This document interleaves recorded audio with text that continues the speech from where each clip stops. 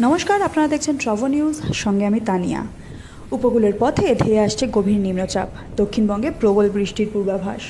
বঙ্গোপসাগরের বুকে সৃষ্টি হওয়া নিম্নচাপ ক্রমশ শক্তি সঞ্চয় করছে। এখন এটি অবস্থান করছে উত্তর পশ্চিম বঙ্গোপসাগরের ওপর, যা সাগরদ্বীপ থেকে প্রায় 100 কিলোমিটার পূর্বে।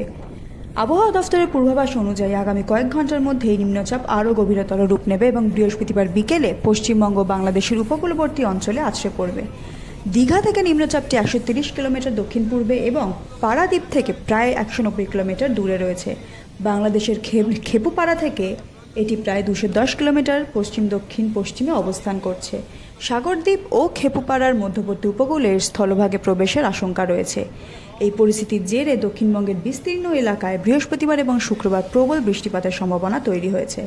আলিপুর আবহাওয়া দফতর অফিস জানিয়েছে, কলকাতা, হাওড়া, হুগলি, উত্তর ও দক্ষিণ 24 পরগনা, পূর্ব মেদিনীপুর, পূর্ব বর্ধমান, মুর্শিদাবাদ ও নদিয়ার কোথাও কোথাও ভারী থেকে অতি ভারী বৃষ্টি হতে পারে।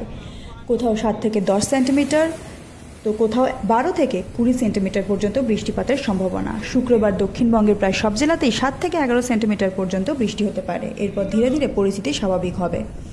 উত্তরবঙ্গের পরিস্থিতি উদ্বেগজনক। আলিপুরদুয়ারে শুক্রবার জারি হয়েছে লাল সতর্কতা। সেখানে হতে পারে প্রবল বৃষ্টি। দার্জিলিং, জলপাইগুড়ি, কালিম্পং এবং কোচবিহারেও রবিবার পর্যন্ত অতি ভারী বৃষ্টির আশঙ্কা রয়েছে।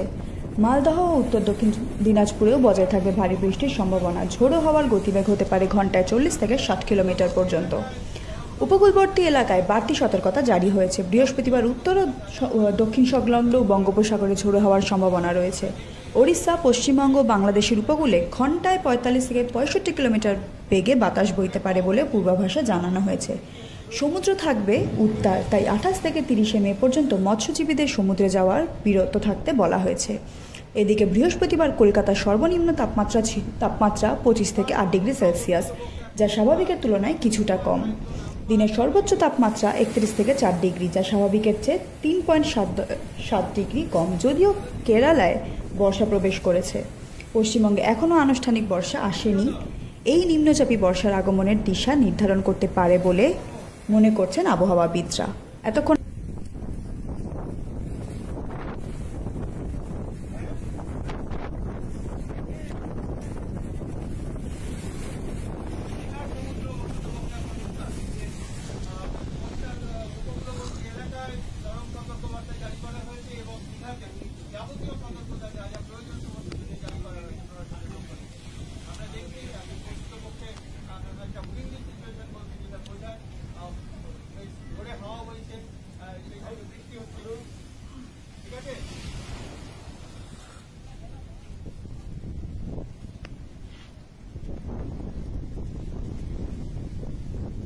সমুদ্র বস্তুত পক্ষে এখন